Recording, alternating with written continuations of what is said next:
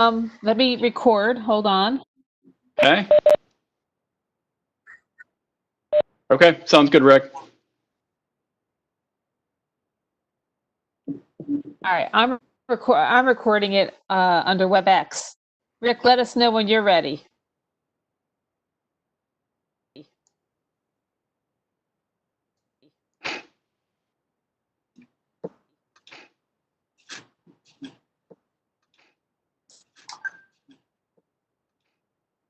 I've tried watching these things live and on the TV screen at the same time, and there's a voice delay. So I can't figure out whether it's better to just stay in the computer or Well, Channel 34 hasn't got a picture on the screen yet of the meeting. yeah. Rick is working on it now. I'm looking at a cat. Rick is working on it now. I'm looking at a cat. Working on going live, but yeah, it's probably better to stay on the computer, Mr. Schwartz. Thank you, Keith. Chairman Keith at the moment. Vice Vice Chair. Just filling in. Vice Okay. Chair. Just filling in. Picky. Just filling in. Picky.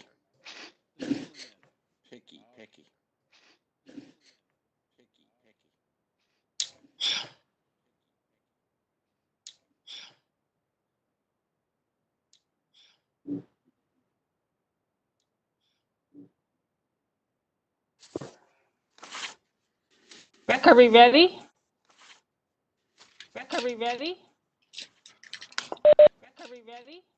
Okay, great. All right, Keith, we can start.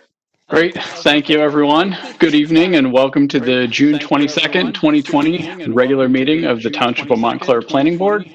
In accordance with New Jersey statute, adequate notice of this meeting has been provided by posting a copy of the notice on the first floor of the municipal building and by sending a copy to the local paper. This meeting is being broadcast live on Channel 34 and is streaming live and will be available on demand on YouTube.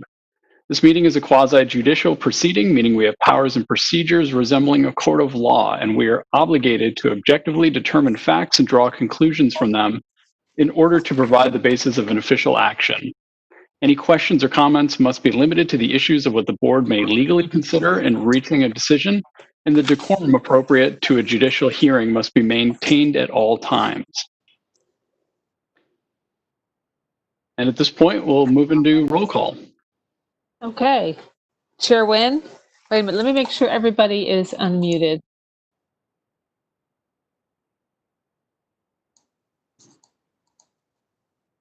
All right, Chair Nguyen. Vice Chair Brodock. Here. Mr. Schwartz. Here. Mr. Cook. I don't think so. Councilor Schlager. Here. Ms. Willis. Here. Okay. Mr. Rooney. I don't see Mr. Rooney. I saw him. I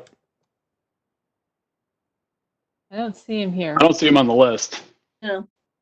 Mr. Ian Wally. Here. Ms. Lockman. Here. Mr. Barr. Here. And Mr. Gilmer. Here. Okay. Great. We've got a quorum, and first up is the approval of the minutes from May 18th. Yes. I received amendments to the minutes from Ms. Lockman and Vice Chair Brodock. I think they're pretty self-explanatory. Are there any further changes to the minutes? And I have a motion to approve the minutes. I'll move approval. Is that Carol? Yes, it's Carol. Okay, a second? Second. All in favor? Aye. Aye. Aye. Actually, I probably should do the roll call, shouldn't I? Okay, let me do the roll call. Mr. Brodock? Aye. Mr. Schwartz, you were not at Abstain. that meeting. Have to abstain. Ms. Willis? Aye. Mr. Ian Wally? Aye. Ms. Lockman? Aye. Mr. Barr? And Mr. Gilmer? Aye. Okay. I would note for the record, Chair Nguyen is here. Okay. All right. Next up is the resolution for Fullerton Condominium Association, 5 Roosevelt Place. I know the resolution was distributed and we had some comments from Ms. Lockman and Vice Chair Brodock. Again, they're fairly self-explanatory. Do we have any discussion on the resolution? Yeah, Janice, hi, it's Tony. I'm sorry, I didn't get a chance to look at it until a little bit late. Just a minor thing. I think the fence and the wall are 6 feet and 4 feet. And there's a couple locations where in the memo, I think it's in the whereas, and then one other point where it refers to it as 4 feet and 3 feet. So I think that it just needs to be edited to get the correct height of the wall and the correct height of the fence. I think that's a very good point, Tony. I do know that it started out as a 3-foot wall at the first meeting, and in the second meeting, it became a 4-foot wall. Yeah, it refers to it in the whereas on the third page is 6 and 4, and then another whereas says 4 and 3. And I think it is a holdover from the first application. So I think my recollection is that, and I didn't go back to the site plan drawing, but I think it's a 6-foot high fence and a 4-foot high wall. And I remember the gentleman testifying saying that it would deter people from sitting on the wall since it's 4 feet.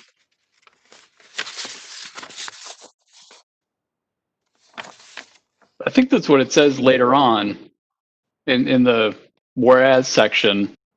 It mentions a 6-foot high fence, and I thought it mentioned a 4-foot high wall. Yeah, it does. Yeah, but it also there's another whereas on the same page. It goes back to 4 and 3, and then the whereas on the first page it says to construct a 4-foot high. And the very first whereas on the first page says to construct a 4-foot fence and a 3-foot wall. Right, because I think that was what their application had said. So Mr. Neese, you can correct me if I'm wrong on that, but I think that was introducing the actual application itself and what they were applying to do. And then later on, as we know, it got changed. That's correct. Okay, so they're not applying for that; they're applying for a 6. Okay, all right, then there's no comment. I would just note, Tony, that on page 3, footnote 3 notes that variances were eliminated, and so the application proceeded from point A to midpoint and then final approval. It changed along the way, and I tried to note that in the resolution. Got it. Okay, very good. Okay, do we have a motion to approve the resolution? So moved. That was Vice Chair Brodock. Keith Brodock, second? Second. Barb. No second. By Ms. Willis. Mhm. I'm going to do the roll call. Chair Nguyen? Approved. Agreed.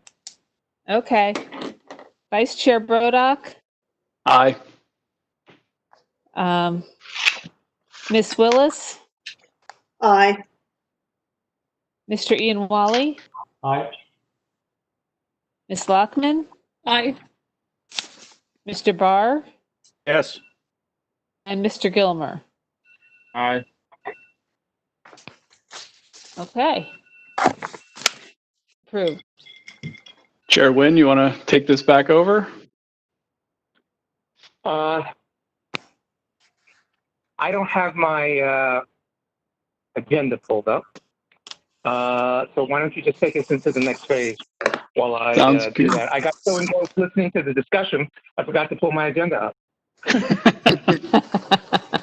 Well, that sounds fine. Well, the next thing that we have was an application that's actually going to be carried to the July 27th meeting, and that was application 2675 for 423 Bloomfield Avenue. So that will be carried to July 27th planning board meeting.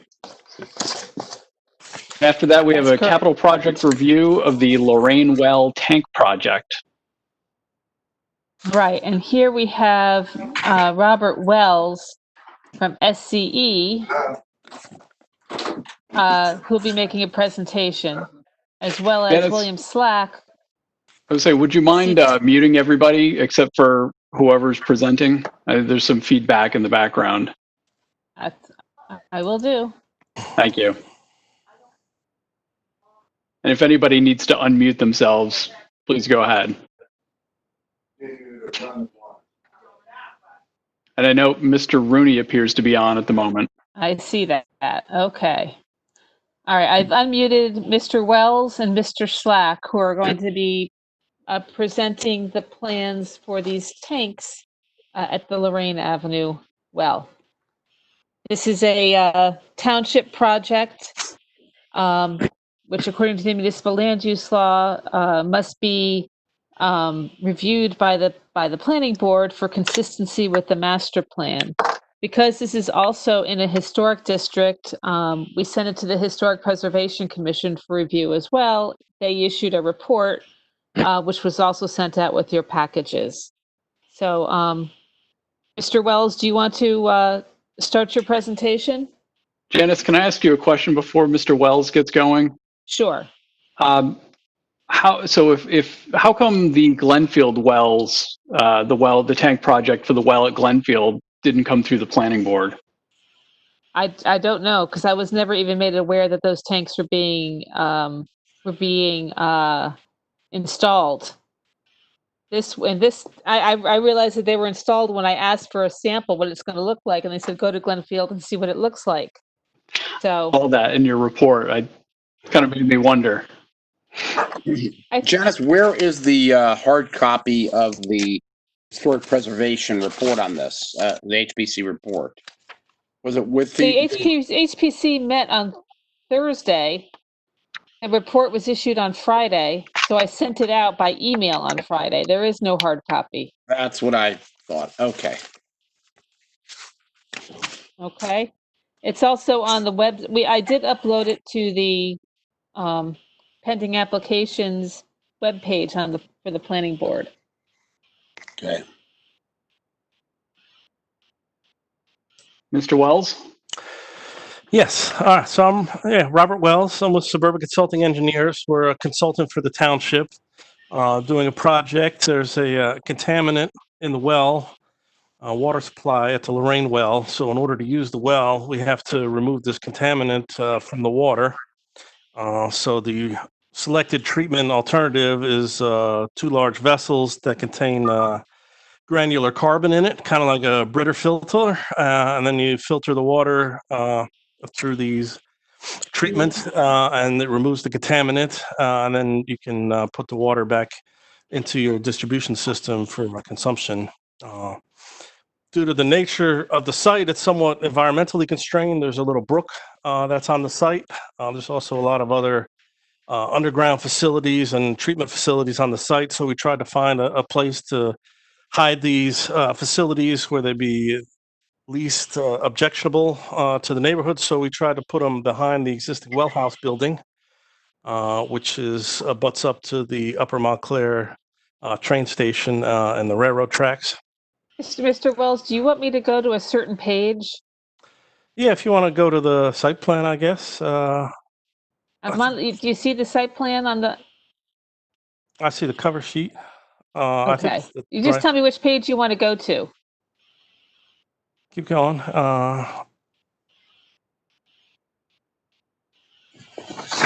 Yes, that's good. Right there.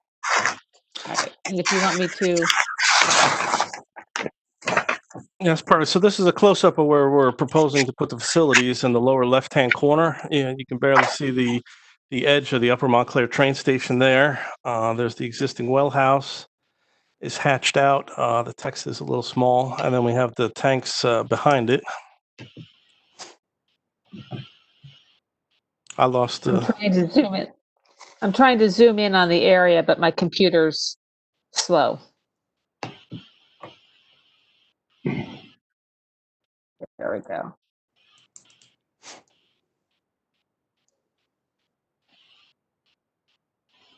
All right, so in the lower left is the.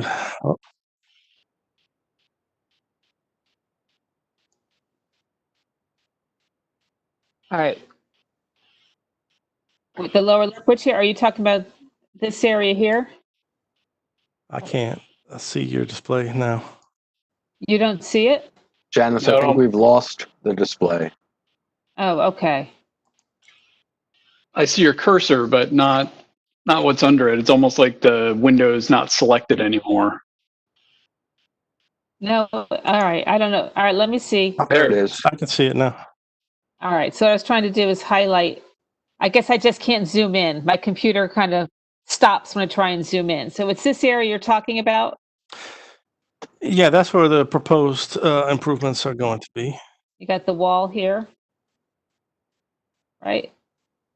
Yeah, so what we were originally proposing, was to build a wall to screen the view from North Mountain looking down towards the railroad tracks would be at the, Another wall here. right, with a wall there.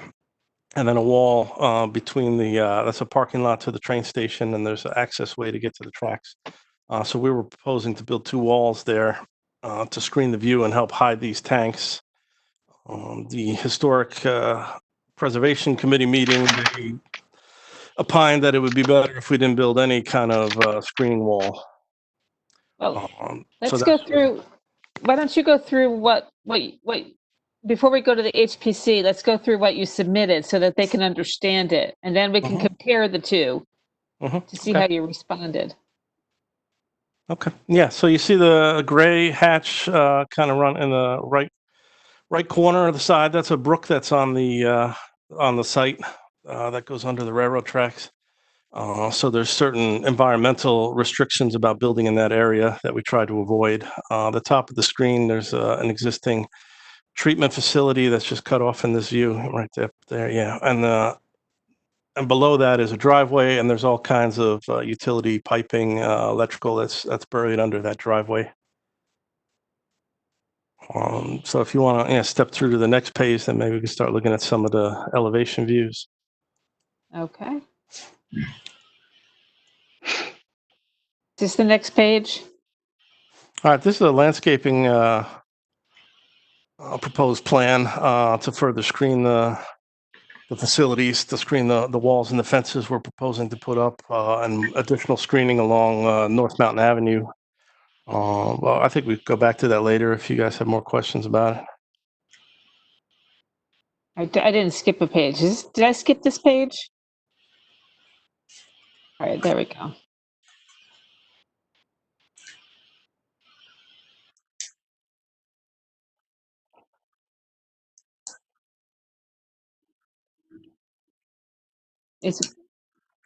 So here's a rendering of the proposed improvements.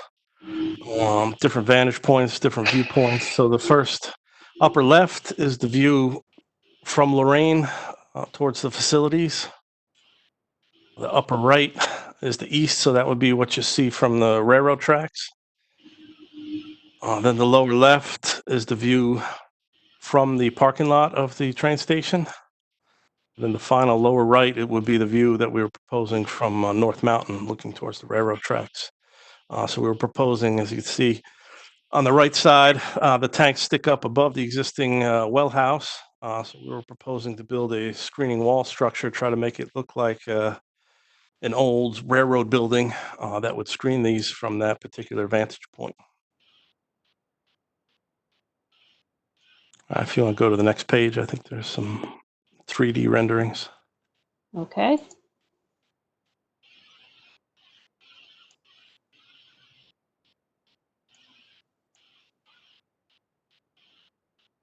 I'm trying. These virtual meetings are very There we challenging. go. This is the page you wanted? Yes, that's good. So now you can see more of that. In addition, we need a fence around these facilities to secure them. So to the left of the well house, like in the upper middle picture, you can see a white box. That's representative of a generator that we're proposing to install on the site. And then behind the building, you can see the tanks and these various views, and there'd be a fence and then some plantings along the fence to help try to screen the fencing. Okay.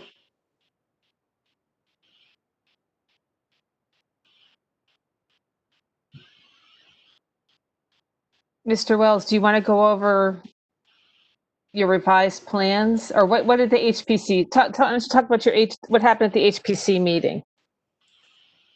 Yeah, so they felt that the screening wall, the massive screening wall structure wasn't needed, that there really wasn't much of a reason. It's so far away from North Mountain to screen it. They said if we had paint the tanks a dark gray color to try to help hide them, that there would be no need for this wall.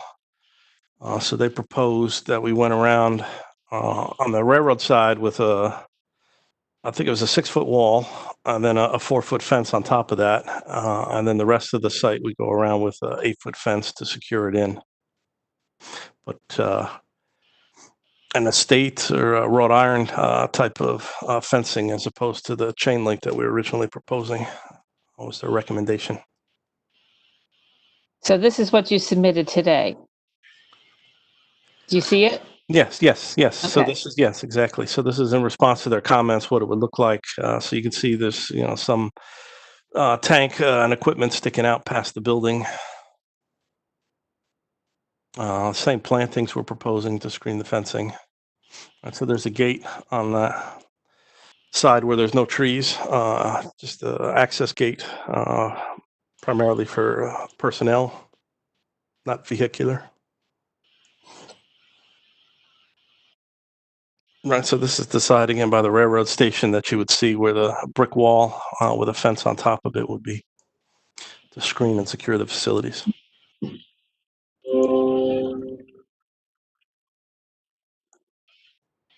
I'm just going to go through each of the documents that you sent over. Sure.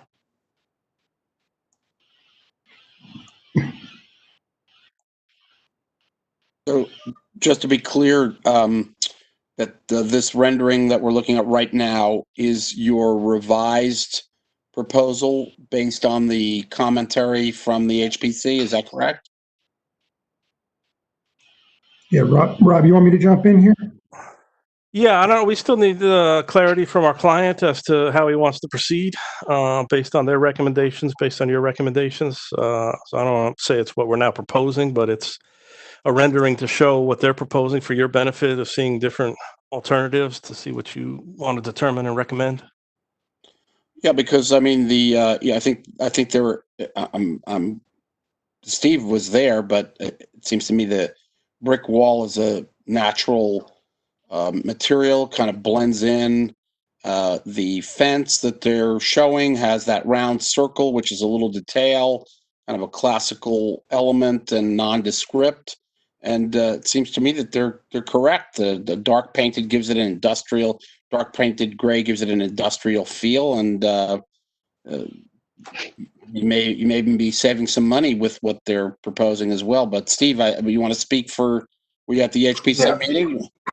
Yes, the HPC felt that the proposal was a fake building, and there's no reason to build a fake building here and just do what it's supposed to do. You're trying to build a something to hide the tanks, which you're not going to be able to. Even when you did the fake building, it only hid it from North Mountain. Didn't hide it from the train, didn't hide it from the parking lot, not from the rain. So you just put it in and painted a dark color and give it an industrial feel. Get an industrial feel, which you were getting anyway. Yeah. Yeah, that's what it seemed when I read the HPC recommendations. That just seemed what they were proposing, to sort of make it work as an industrial feeling element. Just kind of like the way the old building on Label Street has the HVAC things sticking up, which are unobtrusive, even though it's modern technology, but it still kind of blends in. So I think that seemed to me the thinking behind it. It made sense. Brick walls, non-offensive, and that fence with the we had decided on brick because it's a new construction, and we wanted to separate it from the existing building, which has a nice stone on it. Yeah. But this is new, and so just make it separate. So it's a field stone building, Steve. That's what it's like? Yeah, so that makes sense.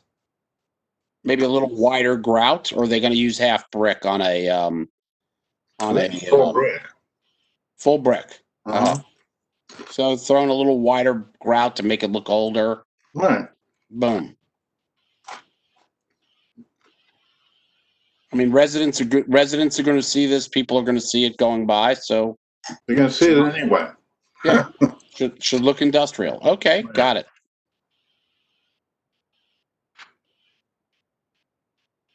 Can I ask a question? Sure.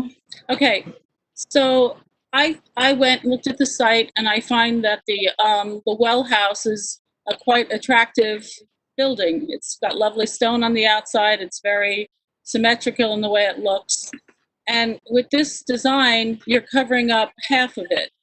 I was wondering if there's any way to put the tanks on the large driveway rather than abutting the building so directly, so that you would still have a view of all sides of this building. Is that technically doable or not? No, you'd have to run pipes underground to connect to it, and there's things already under the driveway. I don't think we'd be able to accomplish that. And actually, Carmel, the building itself, this is not a historic building. It's actually was probably built within the last 30 years just to contain the equipment around the existing tank. Yeah, it's a concrete block building with a stone facade on it. But yeah, I think it was 80s that it was built. So.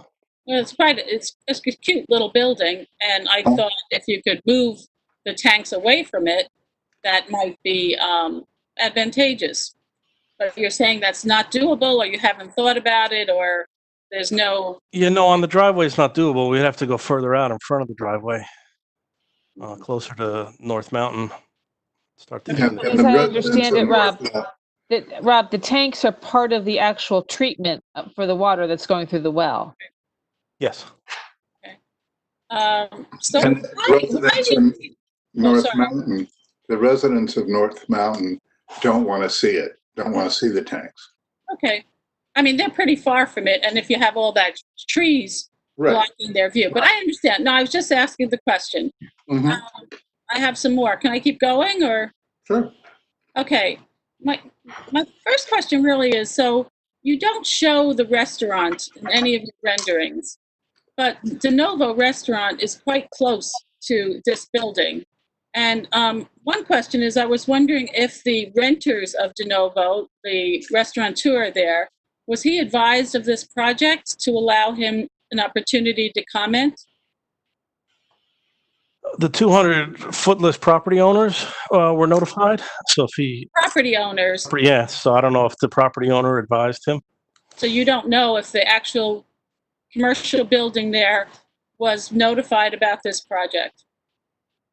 I don't know if the tenant of the building was notified. No, I do not know. Yeah, the building's owned by New Jersey Transit. So. Right.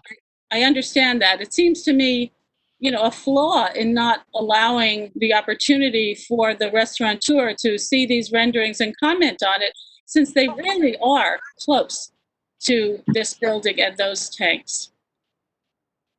That's a good point. Couple of more questions. How loud, there's a generator, I gather, here, right? Yes. How loud is that? I mean, once again, it's right next to this restaurant. Yeah, well, it's for emergency power only, so it'd only be in the right condition. Okay. There's no power, and they want it to produce water.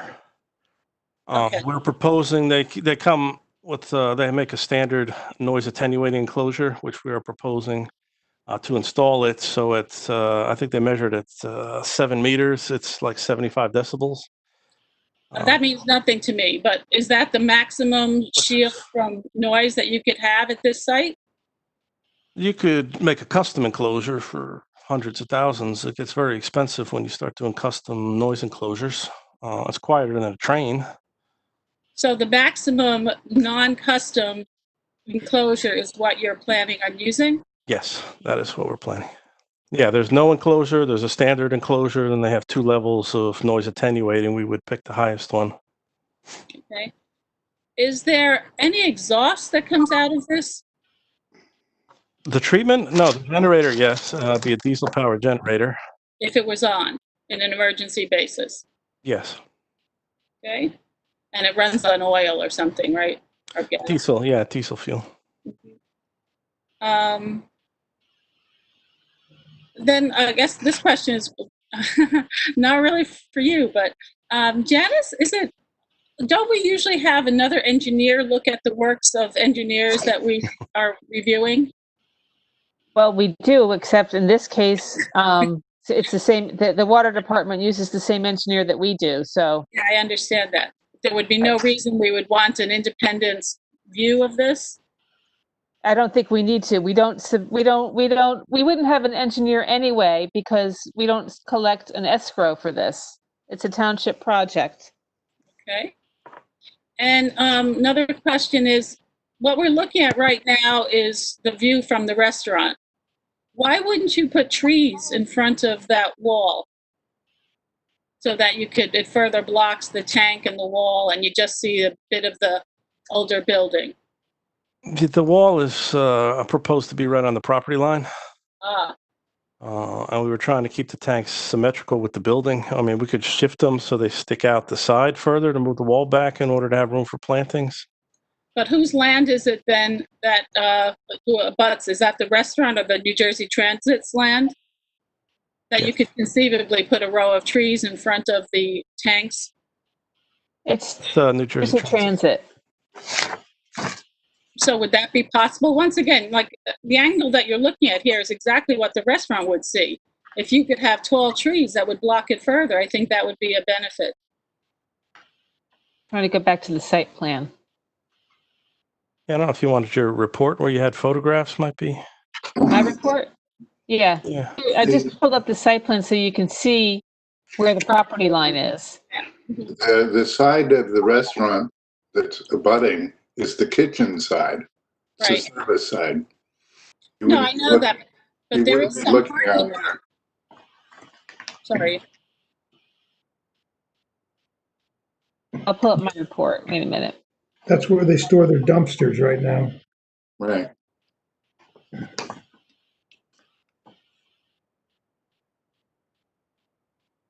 Two of them, two big ones.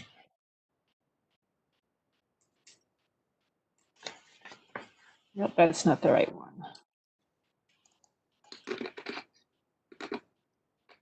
Mr. Slack, are you with SCE as well? No, I'm a principal with the CTS Group Architects Planners. We were retained by Suburban to do the architectural portion of this. Okay. Yeah, that's it. I think I have some better views right there. You've got the guardrail right here, the dumpsters. Yeah, so the wall would go right where the guardrail is, more or less. Well, yeah. Right. So essentially there's pavement right there. I don't know how much room there is to put any kind of landscaping, and it would probably be on New Jersey Transit land anyway, according to the.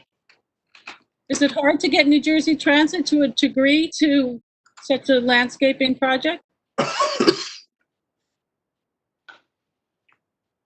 I know that it's been difficult in the past. It's something that if the board wants to recommend that, then they can recommend that the water department and Department of Utilities try to work with New Jersey Transit to get permission to add additional landscaping. Okay, thank you.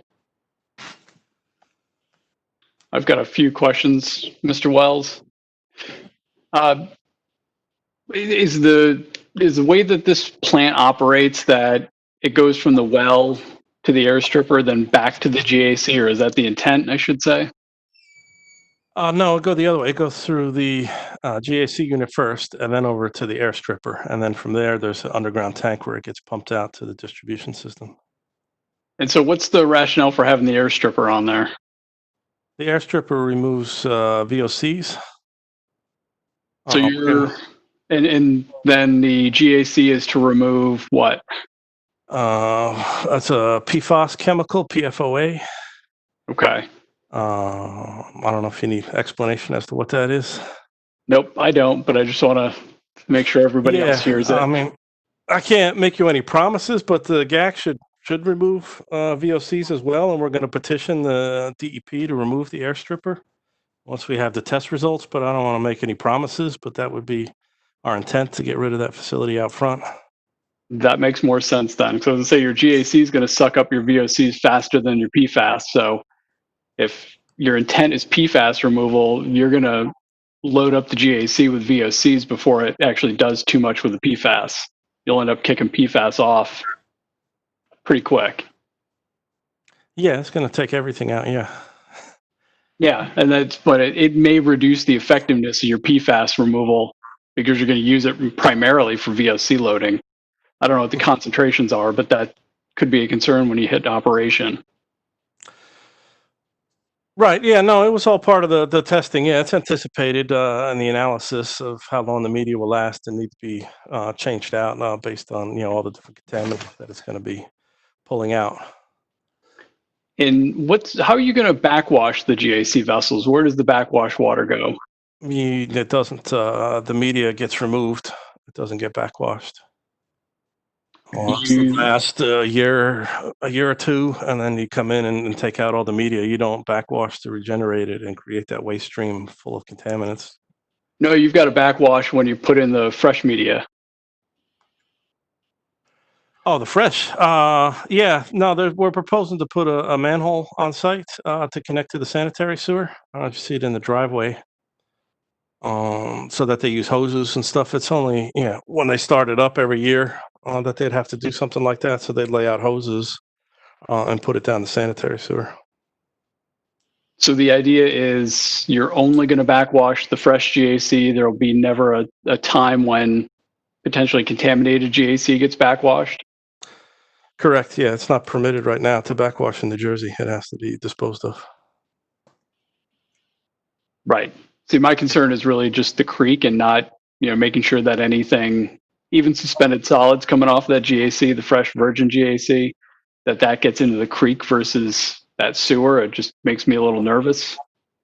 That's right there. So that's my concern with not having an extra tank, for instance. Yeah, no, I mean the township has it at the Glenfield well, and they do it responsibly out there. They're not dumping it on the ground. It has to be done with hoses, so it's just a matter of running them long enough to get them to where you need to be. Yeah, I've seen problems where it doesn't go the way it's supposed to. That's my concern. You're right next to a very nice stream in town and Tony's Brook, and would not like to see it damaged with this with these tanks and the operations of it. Those are all of my questions.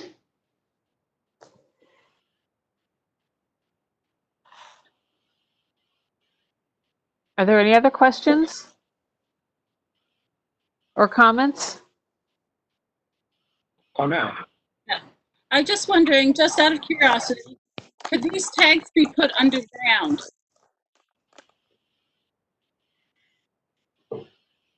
You have to provide provisions for flooding to put them underground. That was one of our original. We were going to try to set them down so that they didn't exceed the height of the well house, but to build it deep enough to get the stairs in and try to avoid confined space and limited access. And the pumps in, they want pumps the size of the well pumps in case a pipe breaks to be able to dewater it.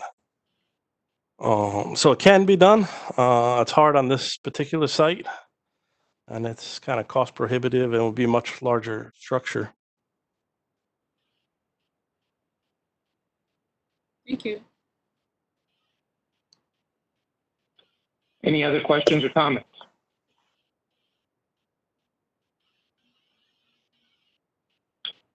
Who do we have next? Rob, who else? Did anybody else want to present about this? I know Mr. Slack is here. Yeah, I mean, if you have more questions about the architectural elements, he could address that. The materials proposed, the different options. I don't know. Okay, I have a question, Mr. Wells. I had suggested that the plants on the western side, actually on the eastern side of the tanks be larger, because those trees that you propose, they only grow to a maximum height of 20 feet. And I know there's other evergreens that grow taller than that. So Yeah, we can do that. Yeah, we're not attached to them. If you wanted to suggest something, or we could propose the same green giant arborvitae that we're putting on North Mountain to screen it, put back there. They grow a little taller. Yeah, I think that would be. I mean, I'm not a huge fan of arborvitae, but I do know it's a better screening plant than what was proposed. Yeah, did you want it on all sides or just that one backside? I was more concerned about the tanks facing the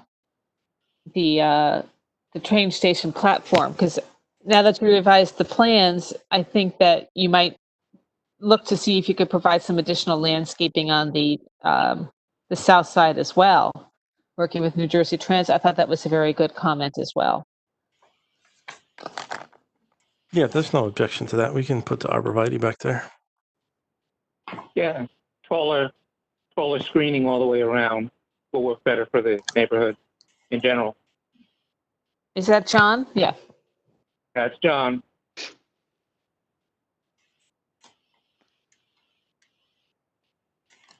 So if there's nothing else to present, does anybody on the board have any questions architecturally? I mean, it looks pretty straightforward, and we've already discussed the main architectural feature of the false building. So, if not, I just had one comment. Are you going to pave the area to the gate to the tanks, or is that how do you? No, it's primarily for personnel access to the site. Maybe once or twice a year they would drive a truck back, but no, we're not going to pave it. Okay. That was my only question, John. We don't have any pavement showing on the plan, right? These plans are a little hard to read for me. I don't know about the others, but I was having a little difficulty distinguishing where things are. But there is no pavement showing on the plans. None is proposed. Just the concrete structures to hold the treatment and to hold the generator, but no pavement. Yeah. Okay. Janice, would you mind are there any the rendering of what is going to be constructed back on the screen? Just Tony, I can't hear you. would you mind putting the rendering of what is on the table right now? What is going to be constructed? Could you put this is I believe Mr. Wells. This is what he presented today. Okay. Which shows the lower scaled wall, which I assume the planning board. There, the trees take into account the HPC. Is this what you want to see? Yeah, the trees that I see on that. Okay, so in other words, this view is if I were standing on the train platform. Right. Plus or minus. Okay, thank you. Yeah, and they're not fully mature in that view, right? That's, okay. As I mentioned, the trees we're proposing would get up to 20 feet. I think the tanks are about 25 feet, right? That's why she wanted something a little taller. Right. Yeah. I have a question. Can I go? Yeah, go ahead. Okay. Yeah. Just back to trees. Is there any thought, in addition to putting the screening arborvitae, just any like a big oak tree or a maple tree or something, an attractive tree that would grow tall, kind of aligned even with the tanks, so that you don't see them at all from either side of the tracks? Well, in the back, we run out of property too very quickly. We're up all the way against the railroad property. We don't have room to plant a tree like that in the back. This is the property line. Oh, okay. Gotcha. Thank you. That answers that.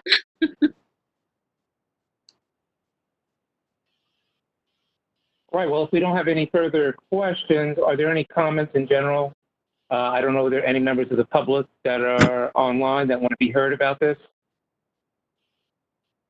I just wanted to make sure that the fence that was shown is the fence that's going to come with that little detail at the top, since it is seen sometimes in the in the transition from rendering to purchase, they end up just getting a straight fence. That little detail makes a big difference, and particularly since it's going to be seen.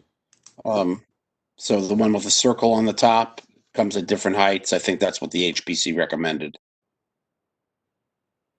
If you need to see it, it lives around Renaissance School at the corner of Chestnut and North Fullerton. I can't, Martin, I can't tell from these renderings if it does include those circles at the top. I think it does. The HPC didn't have a particular recommendation for a fence style. So then I'll make it. Then I'll make it here. That fence gives it a more classic quality as opposed to just like a playground fence, which feels out of whack. So the fence suggested is nearly the same price. It's an aluminum fence. It looks wrought iron. And if you want to see an example of it, you can find it, as I said, circling the Renaissance School at the corner of Chestnut and North Fullerton. Has a little circle at the top. We also suggested that fence at the water treatment plant on Valley. Yeah. That works too.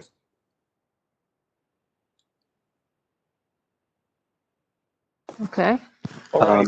If I may, John, I became a little concerned with Keith's questioning about this. Are there any environmental potential downsides to this project? Are there going to be any effects potentially on the Tony's Brook or any related environmental issues that result from this? Not during normal operations. I get that. But yeah, I mean, there's also chlorine on site. There's other things that could go horribly wrong here. Didn't we? Conditions already in existence now. I didn't catch the beginning of that. I said, are those conditions already in existence now with the current setup? Yes. The types of things that you're talking about? Yes, there's a couple chemicals that get added here. So there's tanks of chemicals, there's deliveries of chemicals. I would be more worried about that than overflowing these tanks and. John, did treatment site at some point? I remember a very similar discussion about environmental issues.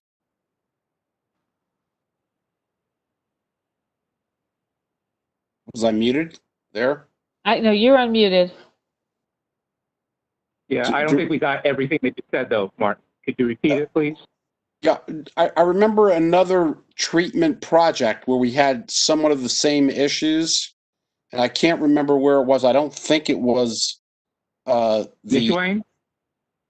No, it was some other place. It might have been up at the water treatment facility on Valley, but I remember we were dealing with just the issues of potential environmental hazard there. It's a couple of years ago, and there's just been so many things since. Do you remember this? We were dealing with what would happen if there was a potential pipe burst, and I know we had the generator at Mount Hebron School or Buzz Aldrin School. I don't think that was it. This was a water treatment issue. The one that's on Grove Street, maybe. I know we dealt with that, but that was a few years back. Yeah. I mean, these are exposures that exist with all of these plants. If there's some catastrophic failure, just given the pervasive nature of the underwater stream system in this town, I think that any kind of plant failure is going to have an environmental impact that's going to go beyond the site. I guess I would be looking at this from a standpoint of, what's the increase in exposure that would be created by the new facility as opposed to what's currently there.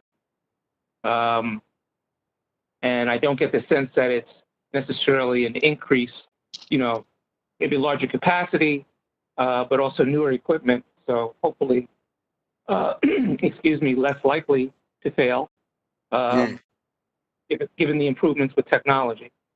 But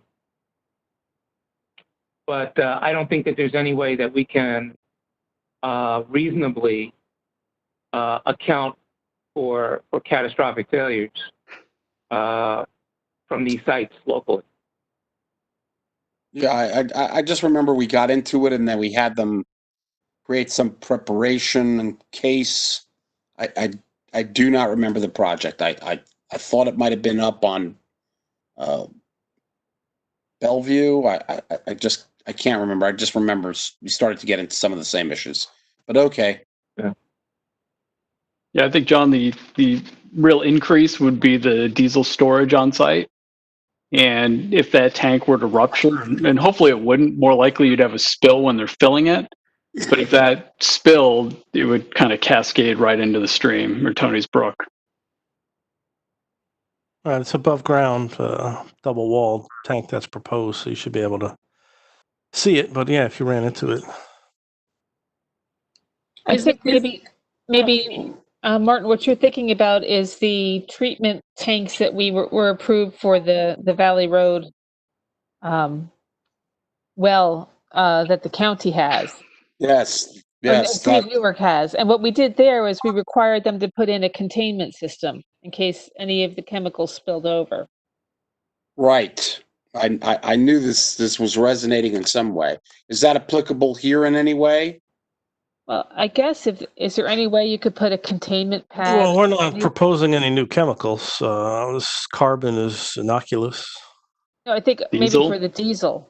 Oh. There's a diesel spill. Is there a catch basin underneath the tank? No. So the diesel fuel just goes into the ground or into the floor? Well, it should go into the tank. No, if the tank ruptured, where does the diesel fuel go? It's not captured anyway when it leaves the tank. Yeah, it would go on the ground. That could be an easy solution, isn't it? To put a catch basin under the tank? Yeah, you could build retaining walls, right, to contain the fuel. Or could you set that generator, 6 inches down or something, enough to contain any sort of drip, when somebody's filling, or if the tank ruptures? Just like the way you place an AC unit into a little catch basin that catches the water in your attic so it doesn't drop down, and there may even be a shutoff then. Something like that that's not expensive, but just provides some stopgap. I mean, don't you see that in residential above ground oil tanks that people might have in their basement? There could be a catch basin underneath the tank.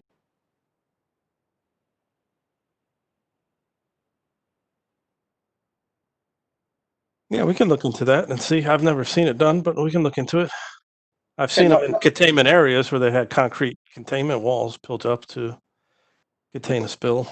Yeah, nobody's looking to, require hundreds of thousands of dollars here, but if there's some relatively easy containment, even a plastic thing that went around the bottom of the tank, that it sat in, 5 feet up with some kind of cutoff that, would ring an alarm in the event of some catastrophe or something like that. That might make some sense. It would certainly cost you a lot of money to clean up the soil, and if gas or oil leaked into the aquifer, that would cost you an arm and a leg. So spending a little bit on a catch basin from a risk point of view certainly seems to make sense. Okay, yeah, we can look into that.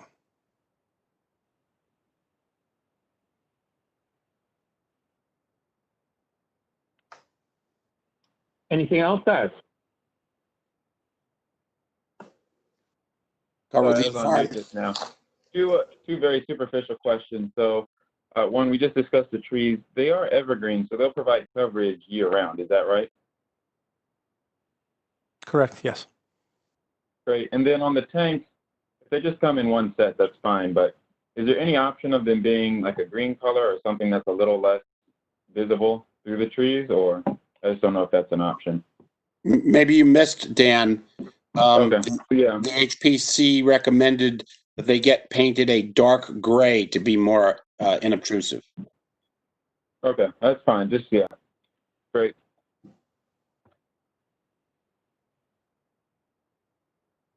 Okay.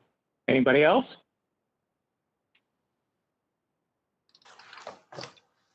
Okay, well, it sounds like we have some recommendations with respect to the landscaping and the, I guess, endorsing the revised plan pursuant to the HPC's comments, and to also provide some protective measures for the installation of the oil tank to provide for some containment in the event of a breach of the tank or a leak or a faulty fill. Is there a preferred recommendation for containment, or I just don't know enough about it to be able to define it any further? Keith, do you have any recommendations about a preferred way of doing it? Is your suggestion about putting it in a pit, or is it preferable to have a retaining wall? Is it preferable to have a possible pit catch basin?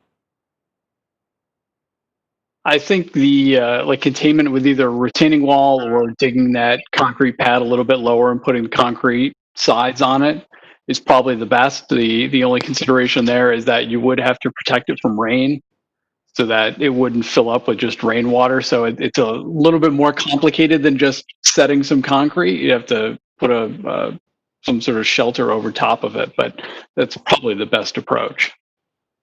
Mm-hmm. Okay. So with that, those would be the recommendations that go along with this. Now, Janice and Art, from an operational technical standpoint, we're just making recommendations here, right? That's correct. So members of the board, are there any other recommendations that we would want to add? The landscaping, the fence, the containment, and the HPC's particulars. And that does. I would have one recommendation, but it's not really. It's more on the operational side. It's just taking a really strong look at not eliminating the air stripper. I mean, changing out the carbon out of Model 10s is about $100,000 a clip. So if you're doing that every single year and using it for VOC removal as well as the PFAS removal, I would wonder if you're actually going to spend $100,000 operating that stripper. And I don't know that, but I'd really want someone to take a hard look at that in the operational period, Mr. Wells. If you can relay that to Mr. Obzarni, that would be helpful, because it seems like these are really expensive vessels to run. And when you start following up with VOCs and pull them away from their primary PFAS removal, when you're trying to get down to the levels that you're trying to get down to with what do we got, PFOA here?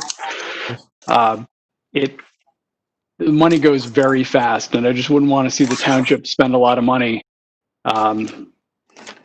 Not unnecessarily, but spend a lot of money trying to do something that I think is probably not going to be the best. And let me ask another question that brings it up. Mr. Wells, is there a way that you'd be able to pipe this, or will the piping be configurable so that if the GAC doesn't, Mr. Schwartz, I think I'm getting a lot of feedback from your line. So sorry, Okay. will the piping be configurable such that if the GAC is unable to remove both the VOCs and the PFAS, will you be able to route the water from the well pump to the air stripper, back to the GAC, then out to the distribution system?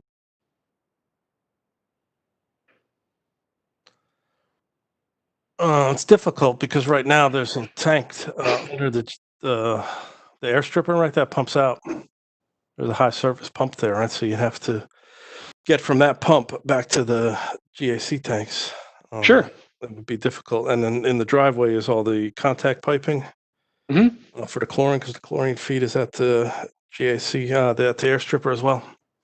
And then it goes through contact piping. So somehow you'd have to get underneath that 60-inch steel piping that's in the middle of the site. You can go over back it. and forth. You can go above ground. Yeah, you could, and protect it from freezing. Yeah, I mean, look, it's possible. I mean, this it's not is easy. this It's not an option. You know, you can't. It would take some work, but yeah, it's possible. Well, if there's just any way that you can, if there's any way to design it with that flexibility right now, so that all of it can be installed at one time, and we don't have to, do this test, this pilot test, or whatever you're going to call it with the DEP, but do this test and see if it's going to remove both and be successful and not cost a lot of money in operational changeouts. I would strongly recommend that. Okay, yeah, we'll take a look into it, but I don't know if there's enough space to make the parallel piping. But we'll take a look at it. Thank you. So, Chair Nguyen, that would be my last very strong recommendation to the water department. Can you rephrase that so that I understand it, Keith? Yeah, we should be grateful that you're able to speak this language, because people talk about attorneys and legalese. Boy, they've never heard engineers speak. Let's just say this isn't my first Model 10 installation for PFAS removal. So I've been down this road. I've watched the dollars just get racked up with these systems. So, I applaud the township for doing it. So let's see, how do I condense that into a good recommendation? I recommend that we install piping now to give us the flexibility to run either the air stripper or the VOC or the GAC vessels after the well pump. That should be enough.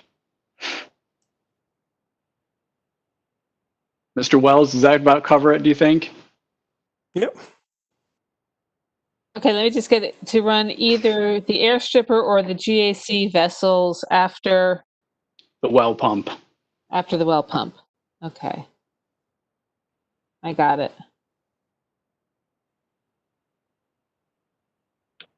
All right, so that seems to be the recommendation. Are we there, board?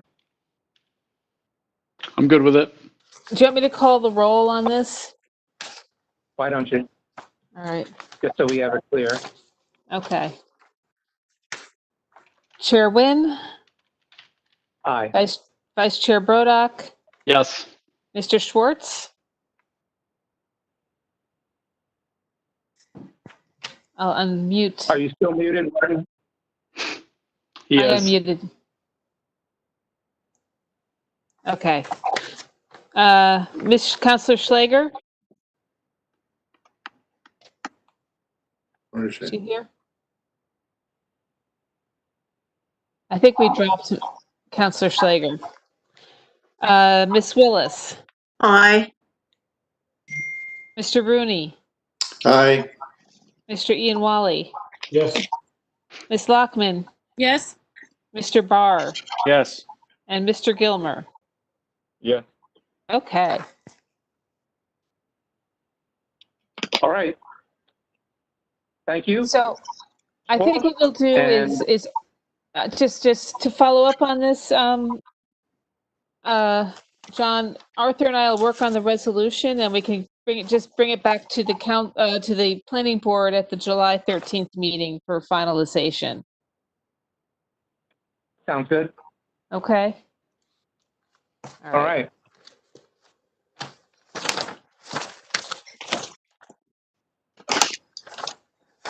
So next on the agenda is our committee reports. And the master plan subcommittee has done some work and made some recommendations to amend the master plan to incorporate some of the recommendations from the Streets Are for Everyone Complete Streets Implementation Plan that was presented to the planning board in the past.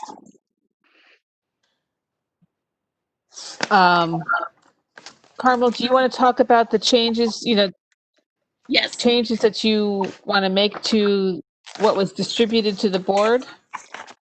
Yeah, so everybody understands myself, Dan, and Carol are on the master plan subcommittee.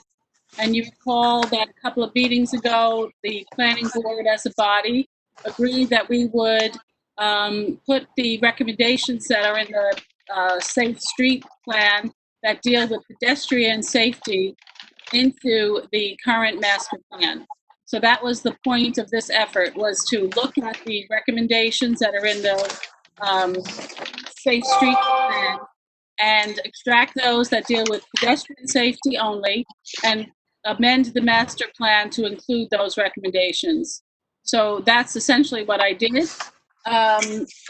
Our committee reviewed those changes, and you have in your packet the section of the master plan that deals with transportation and mobility. Hey, just Ms. Lockman, one moment. Ms. Talley, can you mute Martin? Oh, The papers are noisy right in front of the mic. I'm sorry.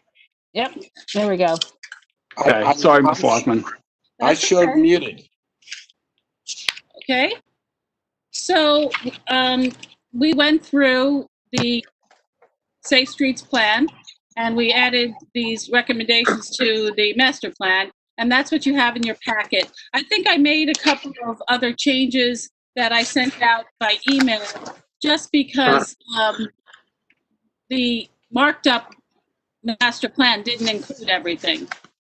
So I don't think there's anything in my additional changes that's, all that remarkable. It was just a question of language and order. So you're happy to answer any questions on this, myself, Dan, and Carol. Yeah, thank you, Carmel.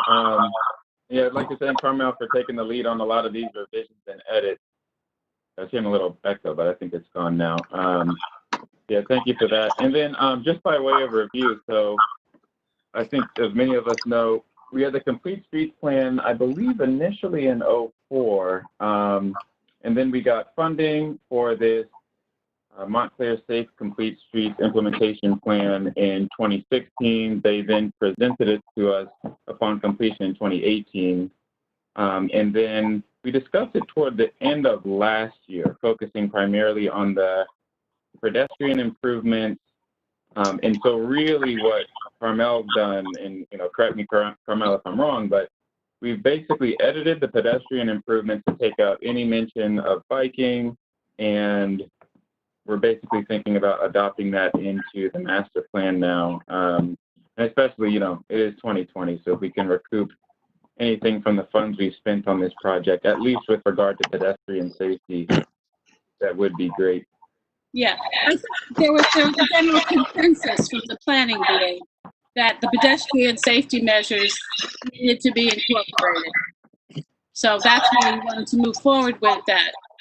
And the bicycle issues, I'm sure you've seen that there's a survey that's going around town, put forward by Bike Walk Montclair, asking people's opinion on biking and bike lanes, etc. I imagine you must have all seen that.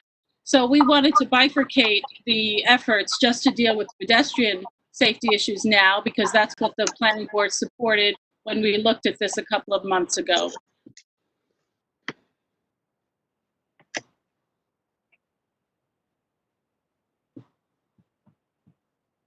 So if you have Yeah, I have a question. Who are you? It's me. It's Arthur. Is there a thought to including bicycle elements later on? Is that the concept? Well, I think, we've had a transition in council members.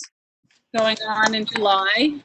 As you know, I was part of the the run for office and listened to every word that everybody said about what they were going to do in the new administration. And there was a lot of talk about changes to how the town deals with biking. So I would imagine that this, just my own personal opinion, is that this will come up when the new council takes office.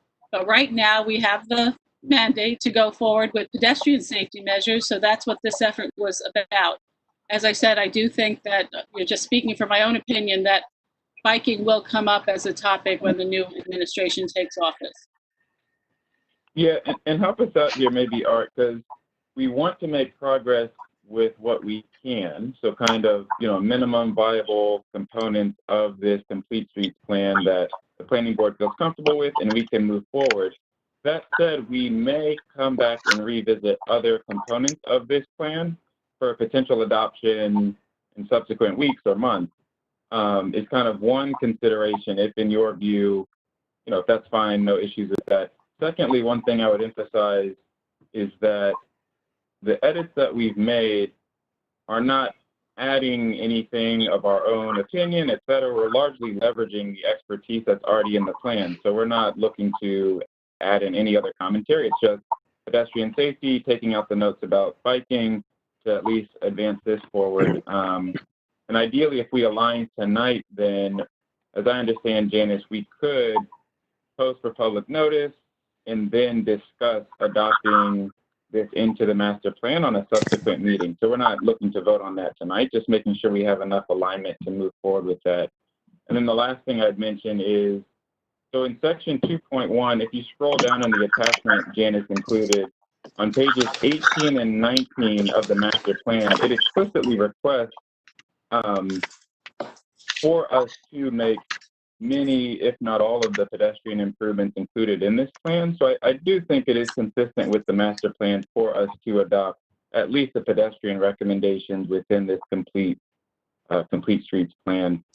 But Art, is that what you were thinking, that in an ideal world we would address pedestrian safety and biking safety together, but if the board decides to just focus on pedestrian safety initially, then that's an option as well, as we're doing?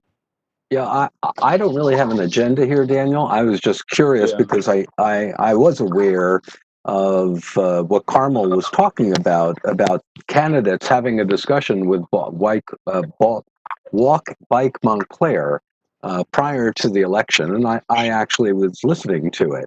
So I became aware that biking is of some interest. Secondarily, changing the master plan, incorporating new material into the master plan requires notice and a whole procedure. Right. And I'm always one for efficiencies wherever they can be gotten. But I'm not wedded to any one point of view at all. Right. No, that makes sense. And I think it is, even the subcommittee, so they came and presented in 2018, and then in 2019 as a subcommittee, we tried to strip down a lot of the recommendations just to get what we could agree on. And I think in 2019, when we discussed even the revised approach toward biking, it was still of enough challenge that we said, let's just focus on pedestrian safety since we all agree on adopting that and move forward on that piece. But I agree with you on the efficiency. I think we're just focusing on pedestrian safety now. My recollection is, as you've just said it, Daniel. That's right. How the board dealt with it, right? I mean, pedestrian safety is very important, right? So we have these recommendations. They've been looked at and proposed by a third-party consultant, and I think that we really should try to implement those measures and get people to start, thinking about making them real in our town. Dan and Carmel, I asked you a question about, I think this is great, but I was wondering why, do you think it'd be possible just to keep the table at the very, on page 16? Master plan is categorized, the streets are all categorized by street typology.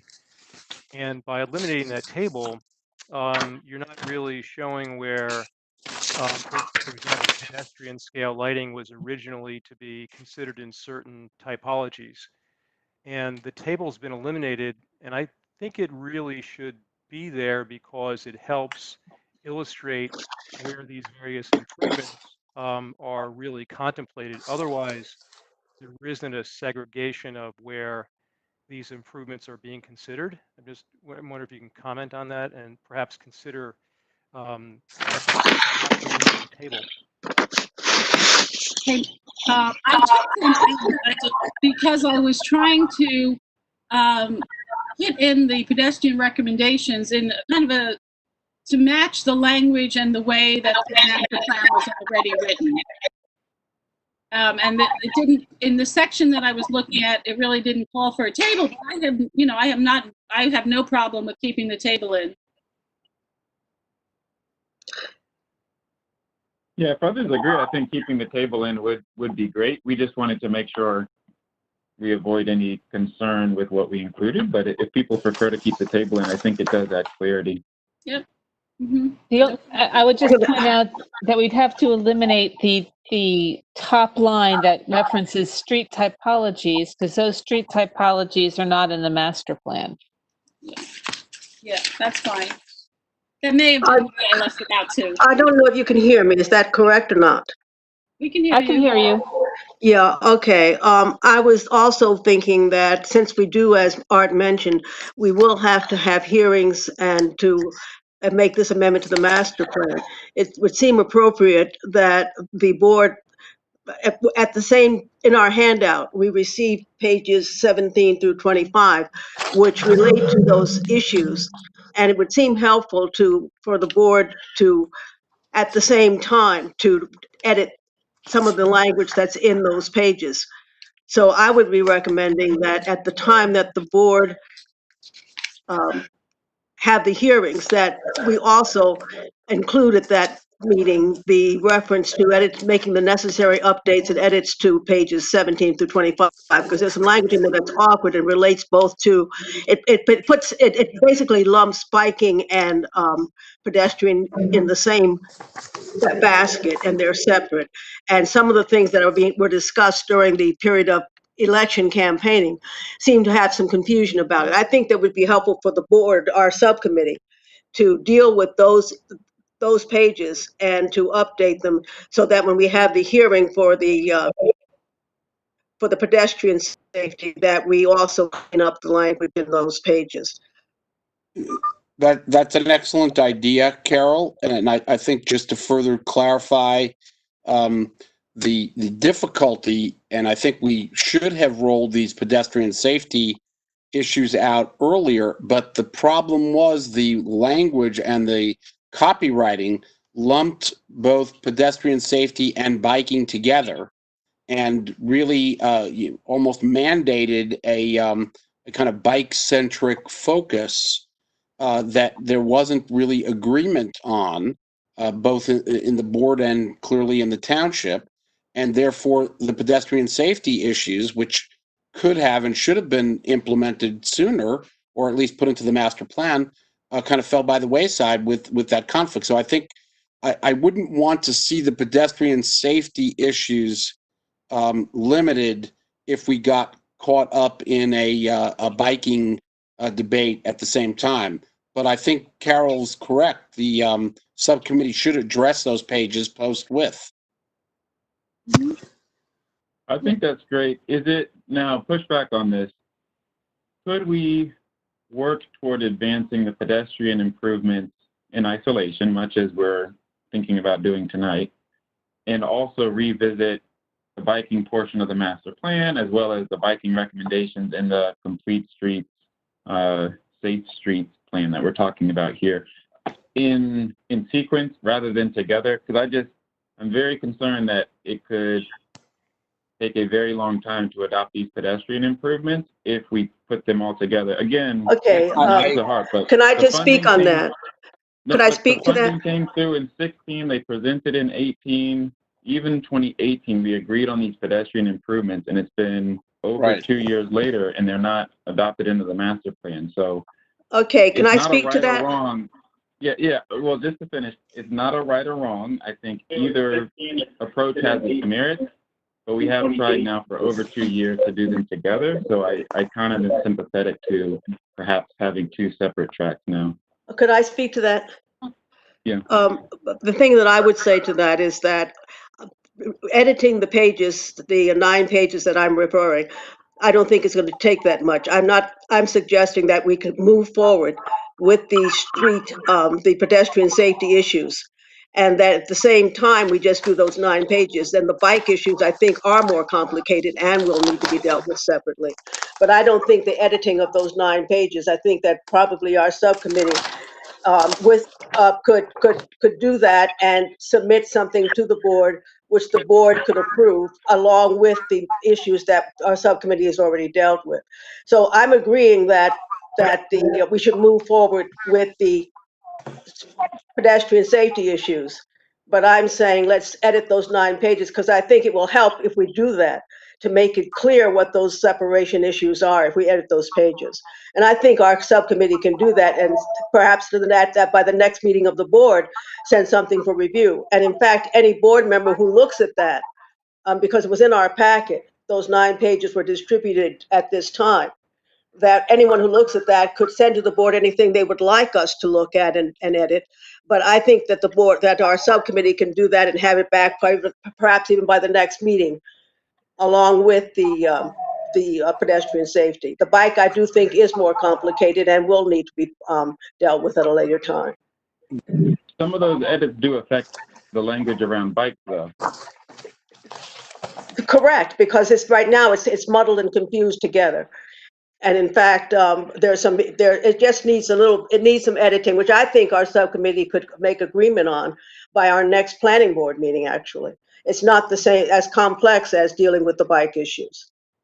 Yeah, so early thoughts that I've seen on this have talked about, kind of the primacy of automobiles or making sure that there's a degree of focus on automobiles, but in New Jersey statutes, it explicitly states that the road is, every person riding a bicycle on a roadway is granted all the rights and subject to all of the duties of the motor vehicle driver.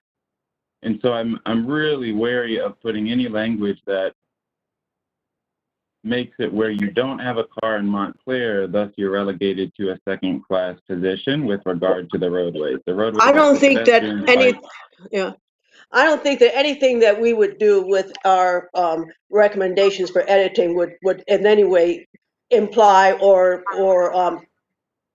it be in conflict with what you've stated about from primacy of everybody sharing the roads and whatever. So I think that we could trust our subcommittee to come up with an editing of those 9 pages that would be not controversial in to that extent. So I think we ought to have a shot at doing that, and that it ought to be on the agenda with it the next time the board deals with it.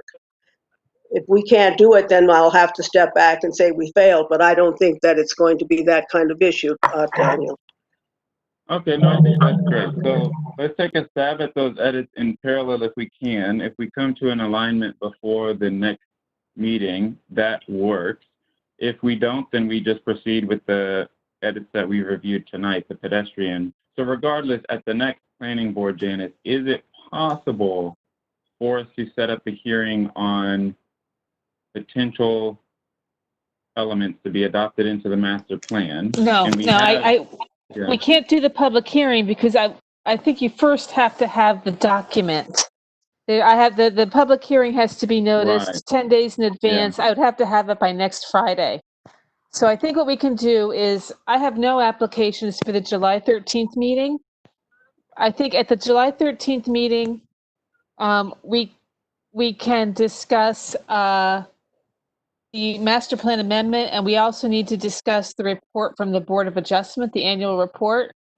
And that way, once everybody has a document one document we're working from, and we can discuss it and massage it and feel comfortable with it, then we can schedule the public hearing.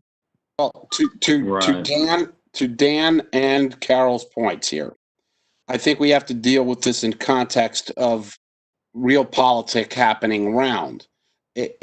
What Carol is saying is that she thinks edits can be made within a period of time that both areas could be addressed. Because as you may know, Bike Walk did create a survey.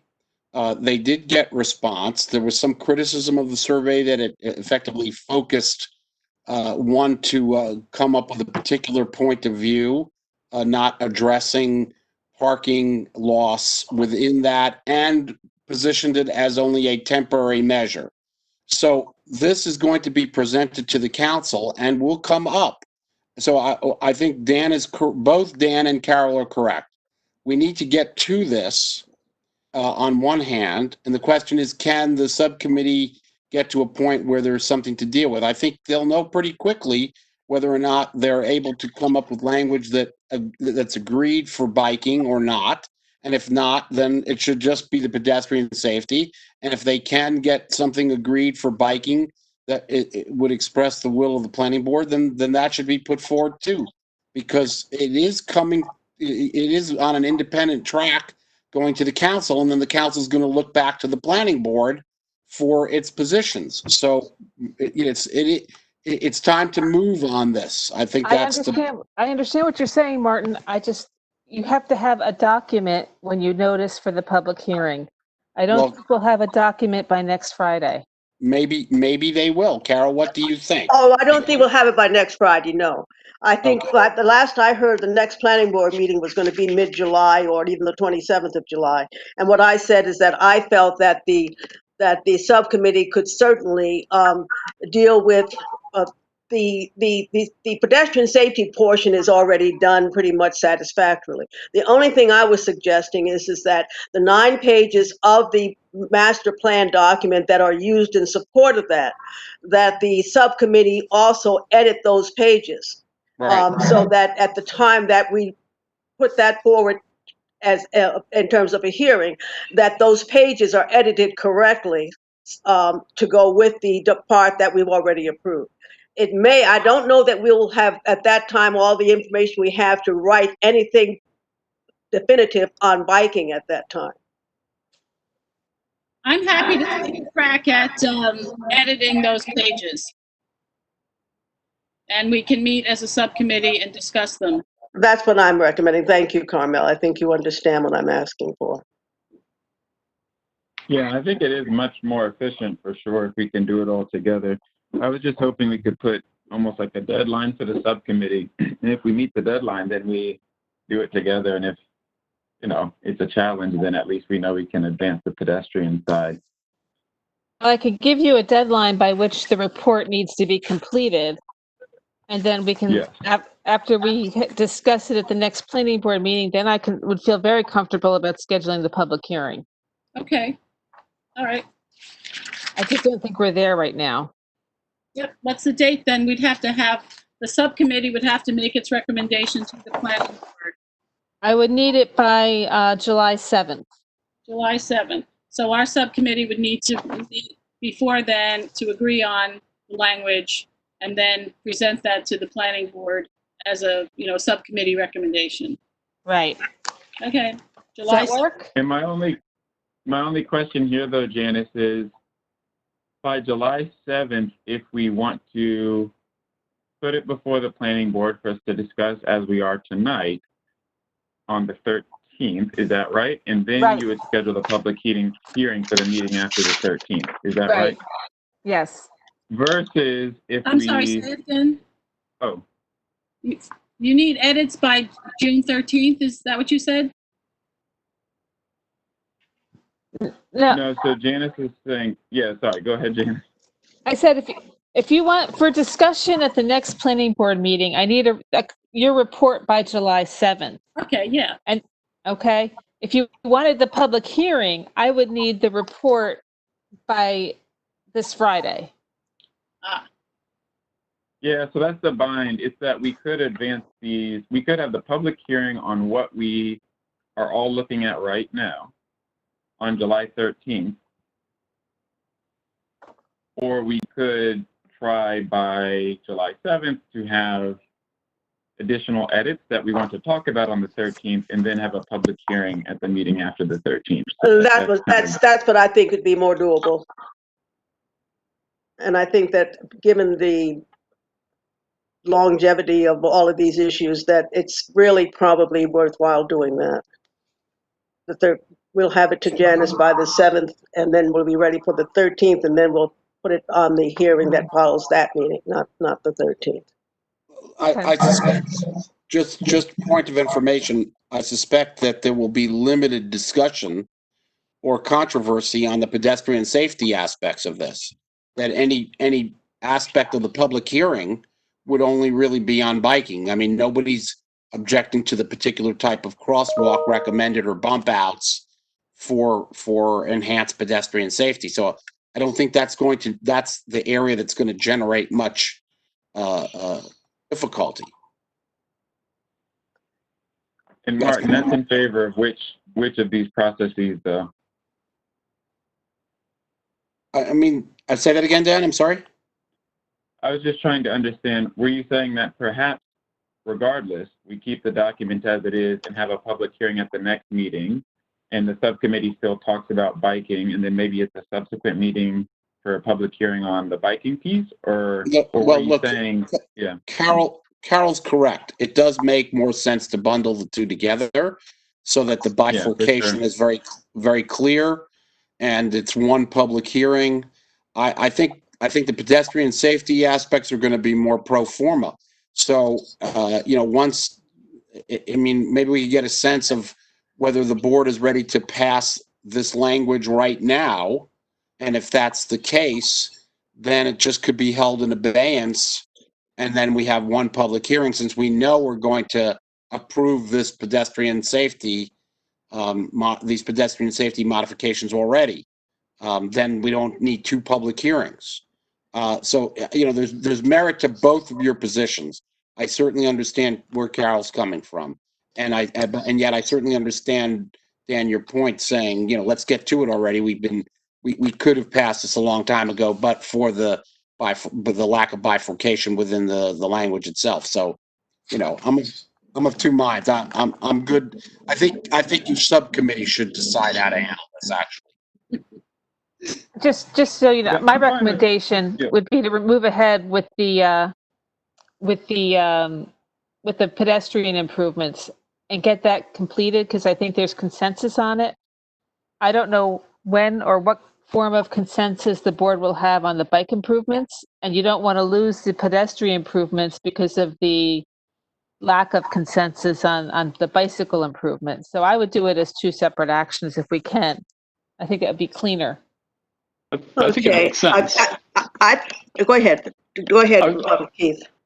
I was going to say, I think that makes sense. I mean, my recollection of the bicycle questions, we as a thinking, this is going off pure memory, I think we as a board recommended some test cases to see that the plan was actually, implementable and that it would work. And we had discussions about, I think the Safe Complete Streets plan showed perhaps bike lanes on Upper Mountain, and we discussed that as, well, there's parking on one side and it's a two-way street. It's, there'd really be no way to have a bike lane there, a dedicated bike lane, I should say, without removing a lot of parking. And how would that work? And so the board, I think, had questions about, could these things really be implemented as shown in the plan? And I think we asked for a demonstration, maybe on Midland, if I remember right, was one option to see that these types of ideas could actually be implemented successfully before we move forward with incorporated them into the master plan. Okay, the thing is that I think that there's two different things being talked about here, and I think Martin's is kind of a third thing. My suggestion was, and I agree, that the bike issues will not be worked out by the 13th. I think those are more complicated. What I'm suggesting, and perhaps Martin, I think your thing is a different plan completely than what I'm suggesting. I'm suggesting that what we do is that we move forward definitely with the pedestrian safety things, because it's not a consensus about that. But I'm also suggesting that the pages that we all received, pages 17 through 25 of the master plan, they have some things in it that are contradictory and confusing and need to be worked out, which I think the subcommittee could do. And I think that if the subcommittee does that, that it will help us to deal with the biking issues down the line as we do, as being, I think we all agree on, are more complicated. So I think that we ought to be, as a board, agree that to let us as a subcommittee edit those pages, those 9 pages. And if we can do that successfully, I think we can do it pretty easily, actually. And that we could present that along with that hearing, that those pages will be edited, the pedestrian safety issues will be dealt with, and down the line, hopefully very soon thereafter, maybe, we will deal with the biking thing. So I'm still separating the biking issues out as not something we can possibly get settled by the 7th of July. I think we can edit those 9 pages. The subcommittee can do that and present it along with the pedestrian safety issues, and that there's not much controversy dealing with those 2 things together. If we can't do that, then we'll just move ahead with the safety issues. Chair Whitten, there's a member of the public who wants to speak on this matter.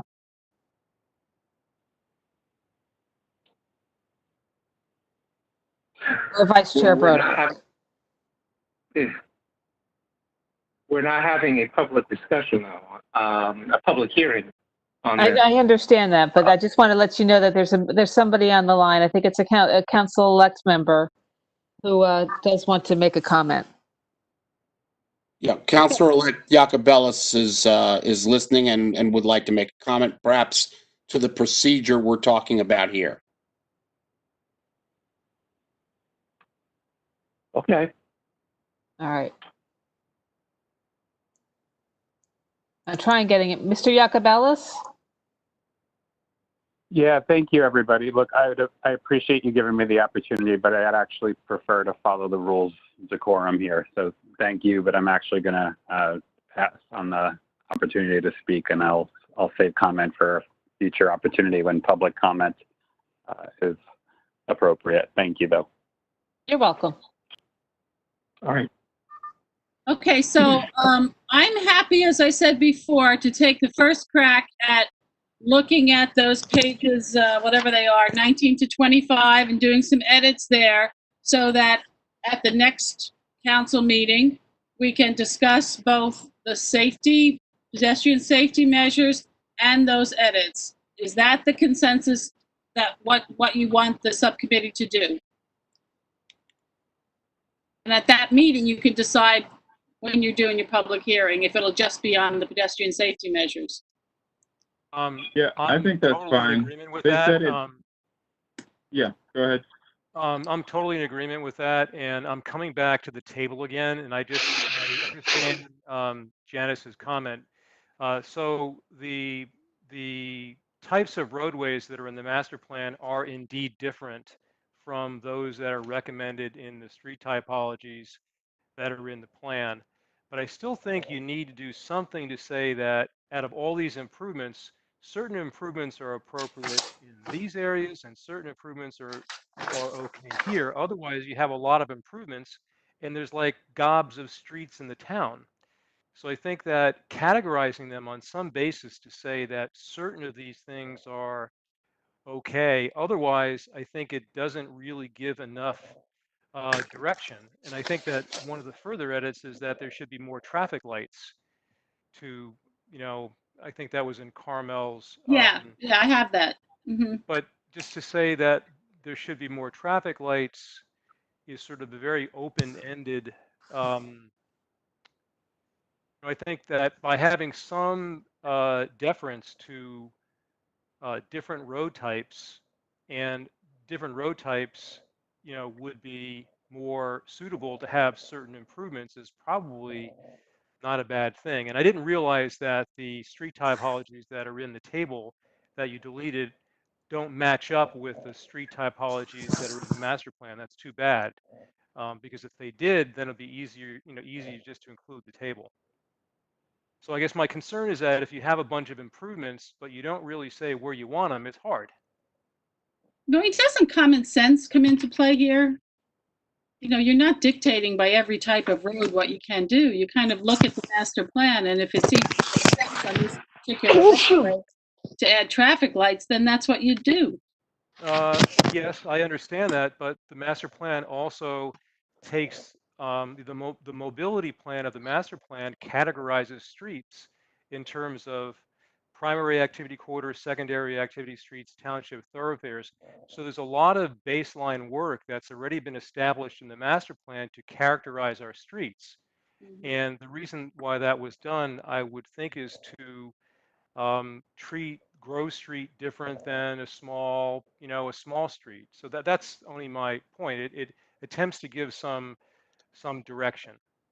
And it's funny you bring that up, Tony. I often wonder why they do characterize our streets, because I've seen where you have neighborhood streets that have trucks going through it. So what does it really mean to have a street categorized as a neighborhood street rather than a commercial artery or whatever it is that they call Well, I them? think the basis that they used was certain streets are thoroughfares, and by their nature, they carry more traffic and they have certain widths. So I think trucks are allowed to go pretty much anywhere to make deliveries. As But our buses. Yeah. I think that the attempt in the master plan is to grade the streets that are appropriate for certain traffic flows and sort of manage a process which is complex. Yeah. Well, how about I take a look at I'd rather use the topography that's in the master plan than going with the safe streets. It just seems to me that's what's in the master plan, that's what's been looked at, that's what's been, the hearings have been on, so why don't we just use what already exists? That would make some sense because it's there already. I agree. Yeah, so why don't I take a look at that, see if I can match up with what the Safe Streets Plan recommends and put in the streets that are already in the master plan in the appropriate spot. Okay? Thank you. Thank you. Sounds good to me. Sounds good. Yeah. Yeah, and I think we're in agreement, Carmel and Carol, with going ahead and seeing what progress we can make on these edits and then coming back, discussing another document, and then setting up a public hearing. And at worst case, if we don't make progress on those edits and we end up having a public hearing just on the document that we've talked about tonight, at worst, it sets us back, I suppose, one meeting. So it's not, it's fine if we do that. And Here. as you all know, it's no surprise that I support the measures of the Montclair Safe Complete Streets Implementation Plan. So, safe standing for streets are for everyone. So the more that we can put in, the better. But I think the only thing in my mind is that it's fine to trim that down to get what we can move forward. I'm very, very hesitant to make any adjustments to what we already have in the master plan around any wording around biking. So again, excited to work together as a subcommittee. If there's any reduction in the language supporting biking, it's unlikely our subcommittee would unanimously support those edits. So that, just want to make sure we're all clear on that. It's a different thing, adjusting the master plan, taking out from the master plan versus perhaps putting in. So, yeah. I'll do my best here. So just as a point of clarification here, the goal here is to have, is to finalize the document at that first July meeting so that we can then schedule a public hearing. And the question is currently whether that document will include the pages that Carol has been discussing or whether it will not include. But we're going to finalize what we're going to move forward on at this first July meeting. Everyone's agreed on that? Hopefully, yes. Okay. Okay. Yes, I would think Very so. good. Good. All right.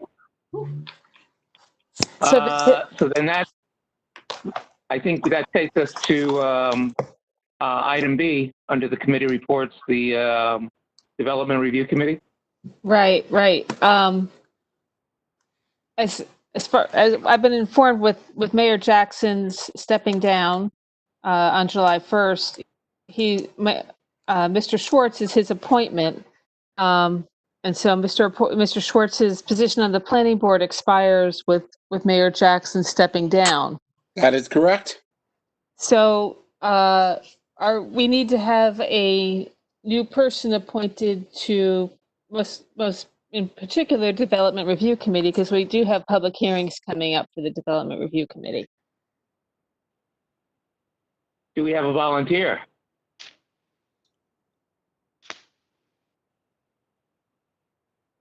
It's not that Don't bad. everybody rush in one. I have a question. I mean, it would seem to me that there's a certain skill set that is needed on the Development Review Committee that not all of us have. I mean, I'm happy to volunteer for things, but it strikes me that architectural and engineering experience might be something that would be kind of a necessity for the Well, development. let me tell you who's comprised. The Development Review Committee is comprised of the board engineer and myself. We have Bill Harrison from the Zoning Board of Adjustment. Steve Rooney is the other appointment from the Planning Board. So this is the 5th position on the committee. Yes. So Carmel, go ahead. I'm sorry. Go ahead. Whoever that was. It was Martin, but he's now muted. Okay. I don't know why. I can't tell whether I'm muted or unmuted sometimes. So You're yes. unmuted now. Oh, thank you. This could be my last planning board meeting. We shall see. But without that in mind, the Development Review Committee has been working really well in helping applicants flag issues across the board. And because there are so many different points of view, construction, architecture, engineering, policy, it's actually helped applicants save a lot of money spending big bucks on architecture that only to then get modified or killed later in a full presentation. So I for one think this has worked really well to preempt a lot of the issues that then come before us, so that we get to as a whole board, that we get to the heart of it. So whether I'm there or not, I think there are only 2 people, someone else with some development, construction, architecture, engineering expertise would be good. Obviously, I have construction expertise and I'm kind of a generalist. That doesn't mean, general points of view are not welcome, but this is the place where we kind of flag problems early on. And just so you know, the committee meets the first Thursday of the month. Mm-hmm. I don't think. And is there urgency, Janice? Is it possible for us to decide this at the next meeting, perhaps? No, because I need somebody for the first meeting in July is before the first planning board meeting. Yes. The DRC meets July 9th. Yes, and the planning board meets July 13th. So, any volunteers? If nobody's rushing to volunteer, then Carmel, why don't you take a shot at it? Sit on it for the next meeting. See which, because it's always good to have the technical expertise, but it's not a prerequisite any more than it is a prerequisite to have that for you to sit on the planning board. So, I mean, it sometimes helps to have that. Yeah. Have that third, that third eye, that kind of, out of the box thinking. As I said, I'm happy to do it, but I'm not sure that I'm really qualified. It's okay. That's okay? That's okay. I've been drafted. Why don't you? Yes. Give it I'd a be shot. happy to have if you don't feel comfortable, then we can explore. Okay. All right. July 9th. What date is the next one? July 9th. July 9th. Okay. All right. Bills. CFO. So okay.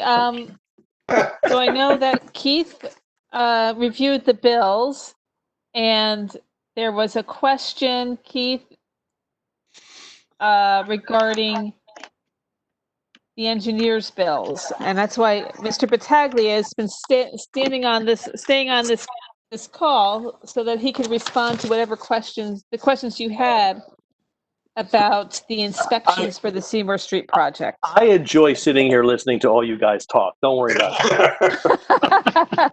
You're welcome back. Yeah, so everybody can benefit from this. I was reading the timesheet comments from our the field inspector for our engineer, and it seemed like he was really in the weeds. He showed up to the site, a bunch of 4 concrete pours had happened in the last couple of days, and it seems like he's constantly, and I think it was a he, but he's constantly trying to catch up on what had happened since the last time he was there, whether it was 3 days ago, 5 days ago.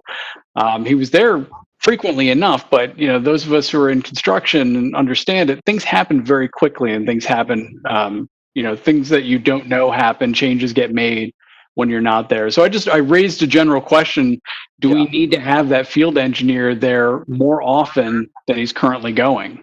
Well, Alex and I are both aware of any field changes that are going on. We are in contact with the applicant and the foreman. We didn't feel like it was necessary to have every day or every other day inspections. So there's certainly going to be work that occurs when he's not there, and he's going to have to catch up a little bit. We can certainly increase the level of inspection. It's on the developer's dime. I'm sure he will complain. We can do that. But I do think that we're giving it an adequate look to make sure that things are going according to plan. And there have been changes of plan that have been implemented, which we've coordinated with just fine. Okay, I wanted to just make sure you guys were comfortable, because I don't know what restrictions have been set around you on how many times you could show up. I agree, it is on the developer's dime. But I'll show up as often as absolutely necessary. That's if it needs to be every day. Trust me, I understand that too. Yeah. I'm asking almost for your guidance. I try not to beat them up too much. I try to be fair. But I want to make sure you're, exactly. And if you felt like, what, they're not giving us an extra day, 1 extra day a week is what we need, then, I think I would push for that. But if you're comfortable with what you're doing and your inspector, is comfortable with the information he's receiving both from the construction manager and his own visual observations, then I'm comfortable with that. We are comfortable. I can say that Dave Weber, the foreman over there, has been very responsive when he does need an inspection, and he's very well aware. If he can't get in touch with Alex, he calls my cell phone right away. So we have good lines of communication with the foreman directly on site, as well as with the applicant themselves. Okay, good. Then I appreciate you sticking around and giving us that update. I'm comfortable with the bills and move to approve them. Okay, so we have a second. Second. Okay. All in favor? I'm not going to do a roll call. Aye. Aye. Is any opposed? No opposed? No. Okay. The bills are paid. I would like to say it's been great serving with you, Martin. Just in case it goes either way, hopefully it goes in your favor, but just want to say, hopefully this isn't your last meeting, but in case it is, great serving with you. How do you know which one my favor is? I just said your favor either way. But yes, Martin, thank you very much for your service, and you've done an excellent job. Thank you so much. I would join that. Yeah. Thank you. Yep, I agree. Yeah, just in case we don't see you next time here. All right, guys. Thank you for this ever electronic experiment that we're doing here. And go enjoy the rest of your evening. All righty. Thank you, guys. Take care. Thanks, guys. As well. Bye. Good night, everybody. Good night, all. Good night. Good night.